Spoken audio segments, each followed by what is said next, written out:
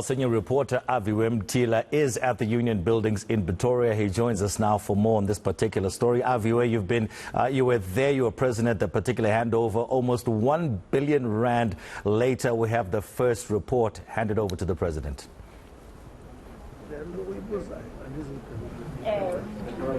Certainly, Tori, 4 years later and 1 billion rand later, as you mentioned, really it was a ceremonial handover here at the Union Buildings as the acting Chief Justice Raymond Zondo officially handed over that report to the President. We do understand, of course, that electronically it was given on the 31st of December. And I just want to rope in quickly the Minister in the Presidency, Mondli Ngubele. Thank you for joining us at eNCA, but not much given on the contents of the report. We do understand the law enforcement agency are allowed to act on it, but government itself is told to pronounce on it.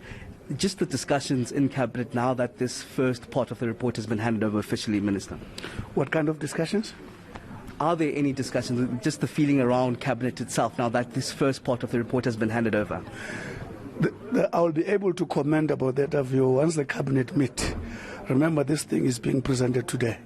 And the next cabinet might be seized with this. What then the cabinet's attitude is, let's take it when we reach that bridge. Okay. What does this say then for South Africa and the democracy itself? 4 years coming, 1 billion rand later in terms of the cost behind the state capture report. Will we see really any teeth in terms of the action that needs to be taken? Where the President has already made commitments in the eyes of South Africans and the world, that he will follow the report to the T.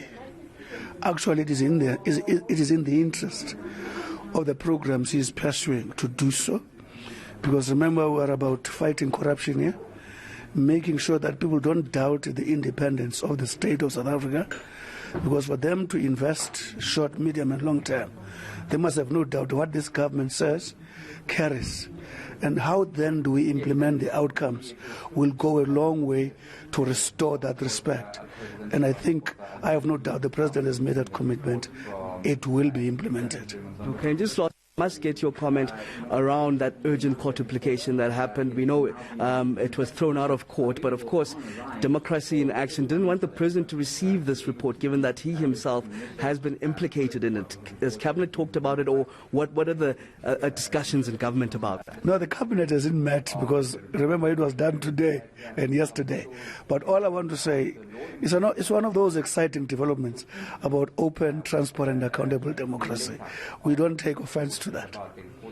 Okay, let me not keep you there. Minister in the President, that ceremonial handover has been done here, Tony. We do understand, while there's not much talk in here in the Union Buildings of the content of the report, but later on this evening we were told in a few hours' time that report in its entirety, the first part, will be up on the presidency website. But just to give an indication on what we expect, we were told that part 1 entails 3 volumes. Basically, volume 1 dealing with South African Airways and some of the companies within it, the South African Airways Technical as well as South African Express. We do understand volume 2 deals then with New Age, the advertisements there, the New Age breakfast and businesses and state-owned entities that did business with the Gupta companies, the Gupta family and their companies. Volume 3 of the part 1 of the report then tackles South African revenue services and the public procurement, but really not much meat in terms of what is in the contents of that report. We'd also heard from the President himself saying that if he is fingered in the report, he'll do the gracious thing and suggesting that he will step aside if the report all 3 reports and the full summary do finger the President there. But not much meat in terms of what we'd want to know is in the contents of the report, with the promise just being that in a few hours' time that report will be available on the Presidency's website. And Aviwe, critically, I suppose the President coming out saying they will follow those recommendations that are in the report, and only after they study carefully the 3 reports, not just this one, that we're assuming that's going to be, well, the last one should come at the end of February, if I'm not correct, and then only after that will they approach Parliament with their own plan of action. Certainly the last report, final report, coming in on the 28th of February, and you heard how even the Minister and the President is keeping mum in terms of the content, and we heard from the President himself that they won't be commenting as government officially up until they receive the report in its entirety. But we did get an indication, though, that the law enforcement agencies may act on the report as they receive it. If there are any things that are eyebrow raising or anything that really need to be gone after, then the law enforcement agencies, there's nothing really stopping them from going after those. But we do understand that the President then will hand the full report to Parliament by the end of June 2022, and in fact indicate his intentions thereafter to Parliament and the public in its entirety. But at this stage, government says that it won't be acting or commenting officially from the report up until it receives it in its full entirety. We do now expect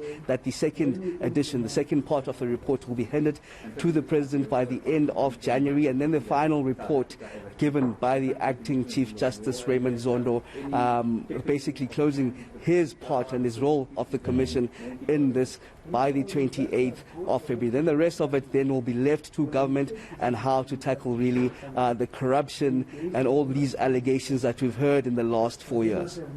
You're correct there, and Aviwe, your opinion here, basically this will be a true test, won't it be, for the President and for the ANC. I mean, he came out saying this report will enable us to embark on fully fledged clean-up processes. A clean-up process. Will that take place? That's what everybody's going to be looking at, isn't it? Well, really, that's what we want to see. If the government really will have meat and have teeth, basically, to tackle all the rot that we've heard about from the South African Revenue Services, from SA Airways, and, of course, from the New Age, the Gupta Associates, the companies that have been doing business with the Guptas, which is what we expect in a few hours' time, as that report will be received on the Presidency's website. And, of course, we expect the second report to be handed over at the end of January, and the third installment, the final installment, by the 28th of February. So we do expect, even the question and answer sessions here, government posed quite poisonally here, if they will act speedily and in sweeping the corruption, basically. And there have been those promises, but of course we will have to wait and see if those promises will be held up and, in fact, gone through with in their entirety, Tony.